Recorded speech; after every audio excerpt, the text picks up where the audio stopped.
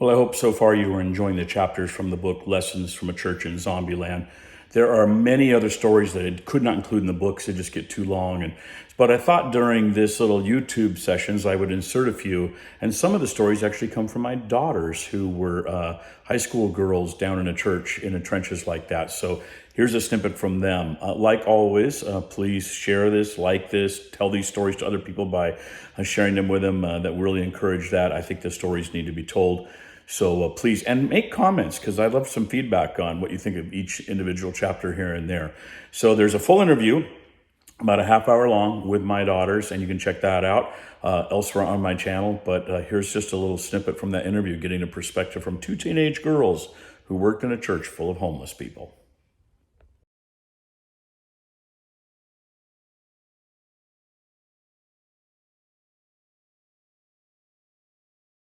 Well, and you guys would have lots of those kind of experiences even outside of youth group, just walking around downtown.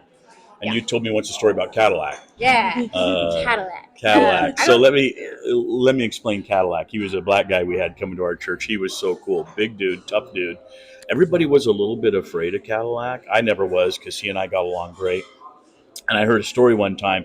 Some of the street guys told me, "Oh yeah, he came up here from Texas because he killed a guy in Texas, and he's hiding out from the law, blending in Spokane to stay away." That was the story I got, and I'm like, "Really?" And so, oh yeah, absolutely, man. They were scared of him. So I decided, I knew Cadillac, so I asked him one day. I said, "Hey, Cadillac, the story on you is you're up here because you're hiding out from Texas because you killed a guy down in Texas," and he's like, "Nah, that ain't true." Hey, but don't tell anybody because I could really use that. Okay, secrets between you and me, Cadillac. I'll keep your secret safe that you didn't kill a guy in Texas. So anyway, he hung out a lot. I don't know that he came to church services, but he was in the meals a lot, and he knew you guys. And so tell us your story about Cadillac. Yeah, I remember in the early years of doing the feeds, Anika and I kind of hung out behind the kitchen with mom. And then eventually we would make our way out where it's like, all right, we're all eating. Go find dad at one of the tables amongst the 100+ homeless people in the room. And we would walk in and people would just, know who we are. Oh, Pastor Rob's daughters, or oh, I heard you guys singing or something. So it felt relational to be amongst the room. And it was very hard to find you because you blended in so well. I blended in with all the street people. Yeah. I did not dress like this in the room. And some of them were some of the most perfect gentlemen, right? They'd see us come and move aside or something like that. And Cadillac was one that it was an experience where Anika and I felt very comfortable walking around downtown at almost any part of the day, right? Always felt safe. Yeah. And we were, I think we were doing a photo shoot or something with some of our friends from school, because we did theater a lot. So we were doing something and we were walking around downtown and we wanted to take photos down this really kind of creepy alley. But it had some cool backdrop, cool architectural features. Right? Yeah. And so we make the turn into the alley and we run into Cadillac in this alley and he goes, oh, Pastor Rob's daughters. And we start chatting with him for a while. And he's a kind of big guy, so he can be very intimidating for young single high school girls who are just walking down this alley because they think we're super protected. Yeah.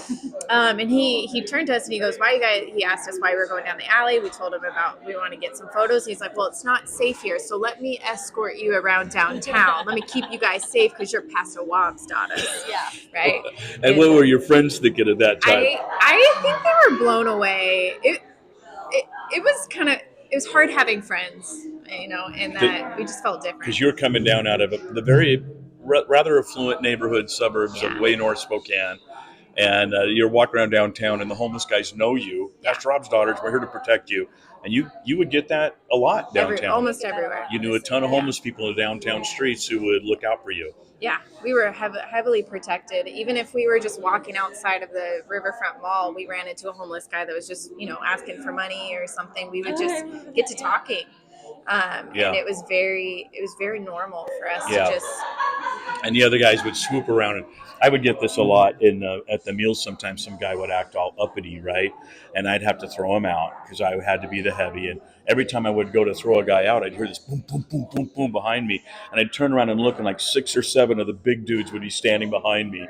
I'd help escort this guy outside. He'd go down the alley, and I would turn around and look at these homeless guys, and they're like, "We're not going to let anything happen to you, Pastor Rob." I'm like, oh, Yes. okay, they were very protective of me, and obviously of you guys. Then you're Pastor Rob's daughter, so we're not letting anything happen to you. Hey, you're safe. Yeah. She could go to the bus terminal and you'd be fine. Totally fine. Yeah. I think it's my friends probably today in Florida would say I'm not an observant person. And I think that probably goes back to these adolescent years where I didn't have to be because I knew around every corner someone was looking out for me. Yeah. That's A kind little of different wild. in today's world. A very different experience. Well, and you also had this sense that some people that everybody else thinks are sketchy are great people. Yeah. And they just wouldn't know because they wouldn't ever get the time to know them, and you got to know them. Yeah.